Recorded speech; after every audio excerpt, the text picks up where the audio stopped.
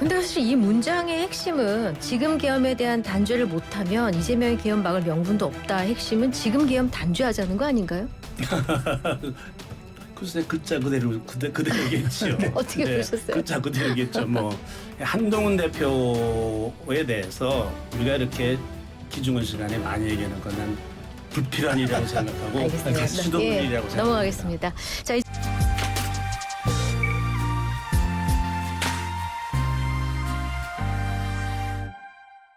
황 대표가 이 방송하고 인터뷰한 걸 봤습니다. 네. 유튜브로 봤어요.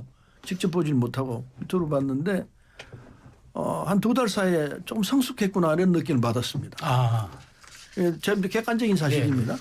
예, 그래서 예전에는 뭐 말도 빠르고 좀 적당한 표현은 촐랑거린다 이런 느낌을 받았는데 네. 오늘 어제 보니까 이거 그렇지 않았네. 그 주눅 들어서 그래요. 많이 성숙해서 그런 게 아니라 아니야. 이자가 좀 쑥스러운 거야. 일찍 나온 거에 대해서. 이자라고 말씀하시지 마시고 많이 성숙했네 이런 느낌을 받았어요. 네. 그리고 그 상황에서 탄핵에 찬성한다면은요. 네. 국민의힘 설 자리가 전혀 없습니다. 네. 그래서 유일하게 제가 보면 유일하다니는 않겠습니다만은 지난번에 이 국회에서 결정을 할 때 국민의힘에서 탄핵에 참석했던 분들은 정상적인 판단을 한 분들입니다. 그분들이 국민의힘을 살릴 동량들이 기둥들이에요. 그분들 중심으로 다시 뭉쳐가지고 우리 잘못했습니다. 이런 한국은 우리는 이렇게 하면 안 됩니다. 우리가 이 탄핵에 대해서는 찬성을 하고 새롭게 나가겠습니다. 뭐 천막강산을 치든지 뭘 하든지 진솔하게 사과하고 그거는 보수는 죽지 않습니다. 그럼 가겠습니다. 이렇게 하면요. 국민들이 그렇지. 이제 정신 차렸구나. 같이 한번 가보자. 이런 사람이 훨씬 많을 거예요. 그 길을 나는 한동훈이 가고 있다 생각합니다. 이제 한 전 대표가 이제 최근에 이제 복귀 일성을 놓고 보면은 책에서도 강조했지만 그 비상계엄에 대해서는 본인도 지금 아직도 그것은 극복을 해야 된다고 보지만 윤 대통령에 대해서 굉장히 미안하다. 그래서 미안하다는 걸 굉장히 강조하더라고요. 이런 어떤 의도 때문에 이렇게. 그러니까 윤석열과 한동훈은 거의 바늘 실처럼 이렇게 같이 했잖아요. 네. 윤석열이 한동훈을 키워줬잖아요. 네. 그런데 중간에 갈라져서 이제 이를테면은 탄핵 찬성까지 하는 이런 입장이었기 때문에 소위 말해서 인간적으로는 대단히 미안할 수밖에 없죠. 네. 그건 뭐 누구든지 이해를 합니다. 근데 최근 강조가 굉장히 강조합니다. 그러니까 네. 그러나 그렇다 하더라도 공인의 입장에서 당의 대표되는 입장에서 국민의힘을 살려야 되는 처지에서는 어느 것이 맞는지 그 판단이야 누구든지 할 수 있죠. 그건 한동훈이 한 게 맞아요. 네. 그건 그렇게 봐야지 개인적으로 참 아무리 관계가 깊다 하더라도 잘못했으면 잘못했다고 얘기를 할 수 있어야 그게 정치인이에요. 네. 어떻게 보세요? 그야 뭐 서른 의원님 말씀하시는 그런 분들도 많이 있지만 저런 논리라고 그러면은 한동훈 씨는 민주당 대선 후보에 나가는 게 맞아요. 후보로 나가는 게.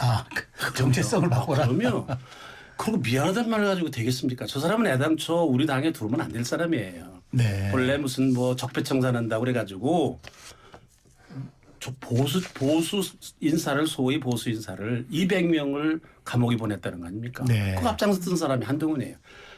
그러니까 아니 그런 사람이 우리 당에 들어온다 보수 당에 들어온다 그것 자체가 염치가 없는 일이에요. 근데 네? 저 한동훈 그다음에 총선에 떨어지고 나서 총선을 지휘해가지고 참패했잖아요. 네. 그리고 나서 또 당대표가 나온다는 게 미안한 게 아니라 염치 없는 일이에요. 이거는 뭐 저기 윤 대통령에 대한 뭐 그건 더 말할 것도 없고 네. 나는 인간으로서는 저러면 안 된다고 생각합니다. 뭐 정치인 이전에 인간으로서 저런 양심을 가지면 안 된다 이렇게 생각해요. 근데 한동훈 전 정치적인 대표가 도리도 아니다. 한 전 대표가 민주당 가기는 어려울 것 같은 게 왜요? 이재명이라는 탄핵도 찬성하고 그게 아니라 그랬는데 안 가? 이재명이라는 대한민국에서 가장 위험한 사람이 나라를 망치는 걸 막아야겠다는 애국심 얘기를 했거든요. 그래서 그거는 못 갈 것 뭐 같은데. 농담으로야 뭐 그런 이야기 할 수 있겠습니다만은 한동훈 대표가 민주당에 온다는 거는 뭐 말하고 네. 민주당하고 한동훈 대표 가는 길하고는 길이 달라요. 한동훈 대표는 보수주의자예요. 네. 민주당은 대부분이 다 진보적 입장을 갖고 있습니다. 네. 이재명 대표가 뭐 중도 보수다 이런 표현을 하는데 그건 틀렸어요. 네. 표현을 한다면 굳이 중도 진보라고 표현해야 맞습니다. 그런데 중도 보수 그건 뭐 표웃기 위한 일테면은 기만이죠. 네. 그건 아니에요. 그래서 한동훈 대표가 가는 길과 민주당이 가는 길은 분명히 다릅니다. 네. 어떻든지 간에 국민의힘의 거의 대다수의 지지자들은 한동훈 대표와 입장과는 다른 것 같아요. 네. 그러니까 사실은 국민의힘의 무슨 후보가 된다든지 그거는 어울리지 않은 일이라는 생각이 네. 네. 근데 한 전 대표의 발언을 보면은 위험한 인물 이재명 집권을 막기 위해 함께 뭉치자는 얘기인데 더 심한 얘기는 이재명이 대통령이 된다면 계엄할 것이라면서 지금 계엄에 대한 단죄 못하면 이재명의 계엄 막을 명분도 없다. 이제 민감한 단어들을 소환하면서 이 대표를 공격합니다. 이건 또 어떻게 보십니까? 그러니까 이제 미래를 예측하기는 쉽지가 않습니다. 네, 네. 첫째, 이재명 대표가 과연 대통령이 될 것인가? 네. 이거부터 네, 네, 그렇죠. 시작을 해야 되고 그럼 네. 대통령이 됐다 하면 어떤 상황이 벌어질 것인가? 어떻게 봐야죠. 그래서 이 한동훈 대표가 어떤 그림을 그렸기 때문에 그런 얘기를 하는지는 직접 본인이 물어보고 네. 판단해야 할 일입니다만은 그런 위험이 있다라는 걸 경고하는 거로 봐야죠. 경고. 예. 왜냐하면은 솔직히 말해서 지금 보수층에서 이 윤석열 대통령이 내란을 했다고 보여지고 헌법을 위반한 건 분명한 사실이거든요. 네. 그런데도 불구하고 저렇게 결사적으로 시위를 하고 있습니다. 그런데 이재명 대표가 대통령이 됐다. 그러면은 그 보수층에서 그냥 있겠느냐 말이에요. 훨씬 더 격렬하게 싸울 거라고 생각합니다. 그 다음날 말을 취임한 다음날. 그러니까 네. 이 갈등을 우리가 어떻게 극복할 것이냐 이런 심정에서 아마 한동훈 대표 그렇게 표현했을 거라 보는데 네. 뭐 세상에 아무리 복잡하더라도 해결할 길은 있을 거라 생각합니다.